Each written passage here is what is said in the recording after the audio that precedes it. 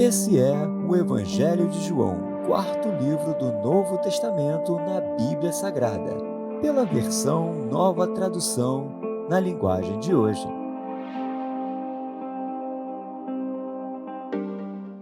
Os fariseus ouviram dizer que Jesus estava ganhando mais discípulos e batizava mais pessoas do que João. De fato, não era Jesus que batizava, e sim os seus discípulos. Quando Jesus ficou sabendo disso, saiu da Judéia e voltou para a Galiléia. No caminho, ele tinha de passar pela região de Samaria. Ele chegou a uma cidade de Samaria chamada Sicar, que ficava perto das cidades que Jacó tinha dado ao seu filho José. Ali ficava o poço de Jacó. Era mais ou menos meio-dia quando Jesus, cansado de viagem, sentou-se perto do poço. Uma mulher samaritana veio tirar água e Jesus lhe disse: "Por favor, me dê um pouco de água." Os discípulos de Jesus tinham ido até a cidade comprar comida. A mulher respondeu: "O Senhor é judeu e eu sou samaritana. Então como é que o Senhor me pede água?" Ela disse isso porque os judeus não se dão com os samaritanos. Então Jesus disse: "Se você soubesse o que Deus pode dar e quem é que está lhe pedindo água, você pediria e ele lhe daria a água da vida." Ela respondeu: "O Senhor não tem balde para tirar água e o poço é fundo.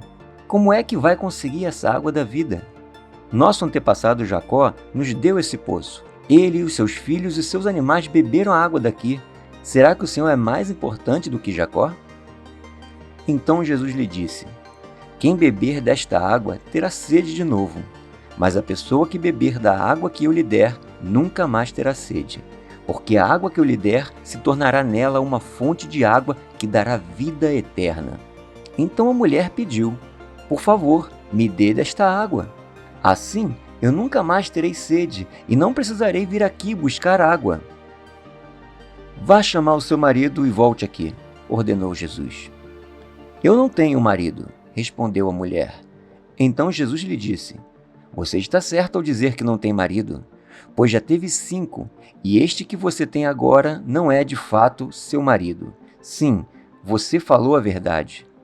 A mulher respondeu: "Agora eu sei que o Senhor é um profeta.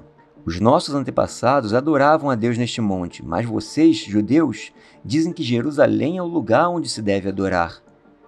Jesus disse: "Mulher, creia no que eu digo. Chegará o tempo que ninguém vai adorar a Deus nem neste monte, nem em Jerusalém. Vocês, samaritanos, não sabem o que adoram, mas nós sabemos o que adoramos, porque a salvação vem dos judeus.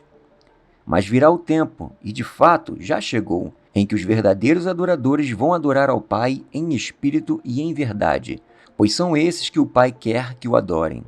Deus é espírito, e por isso os que o adoram devem adorá-lo em espírito e em verdade."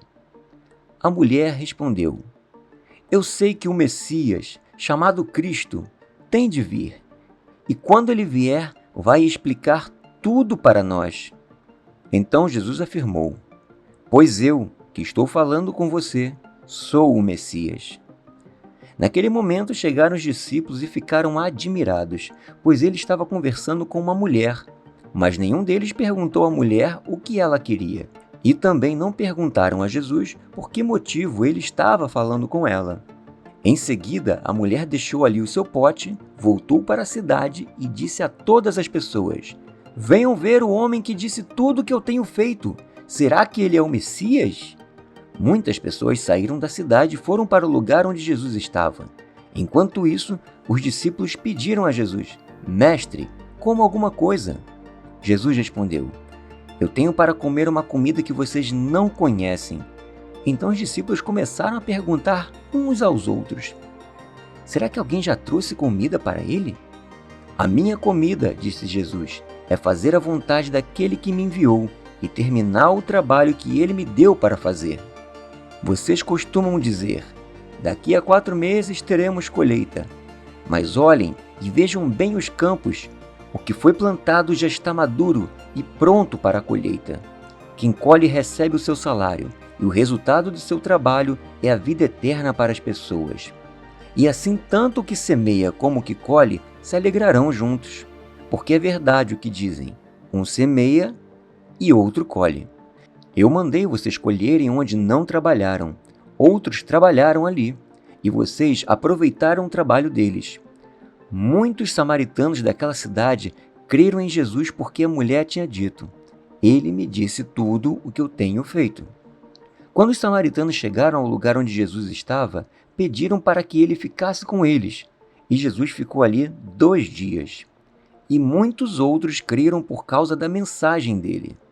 Eles diziam à mulher: Agora não é mais por causa do que você disse que nós cremos, mas porque nós mesmos o ouvimos falar e sabemos que ele é de fato o Salvador do mundo. Depois de ficar ali 2 dias, Jesus foi para a região da Galileia, pois, como ele mesmo disse, um profeta não é respeitado na sua própria terra. Quando chegou a Galileia, os moradores dali o receberam bem. É que eles tinham ido à festa da Páscoa em Jerusalém e tinham visto tudo o que Jesus havia feito lá. Jesus voltou a Canaã da Galileia, onde havia transformado água em vinho. Estava ali um alto funcionário público que morava em Cafarnaum. Ele tinha em casa um filho doente. Quando ouviu dizer que Jesus tinha vindo da Judéia para a Galileia, foi pedir a ele que fosse a Cafarnaum e curasse o seu filho, que estava morrendo. Jesus disse ao funcionário: Vocês só creem quando veem grandes milagres. Ele respondeu: Senhor, venha depressa, antes que meu filho morra. Volte para casa, o seu filho vai viver, disse Jesus. Ele creu nas palavras de Jesus e foi embora. No caminho, encontrou-se com seus empregados que disseram: O seu filho está vivo. Então, ele perguntou a que horas o filho havia começado a melhorar. Os empregados responderam: Ontem, à 1h a febre passou. Aí o pai lembrou que havia sido naquela mesma hora que Jesus tinha dito: O seu filho vai viver. Então ele e toda a família creram em Jesus. Esse foi o segundo milagre que Jesus fez depois de ter ido da Judéia para a Galileia.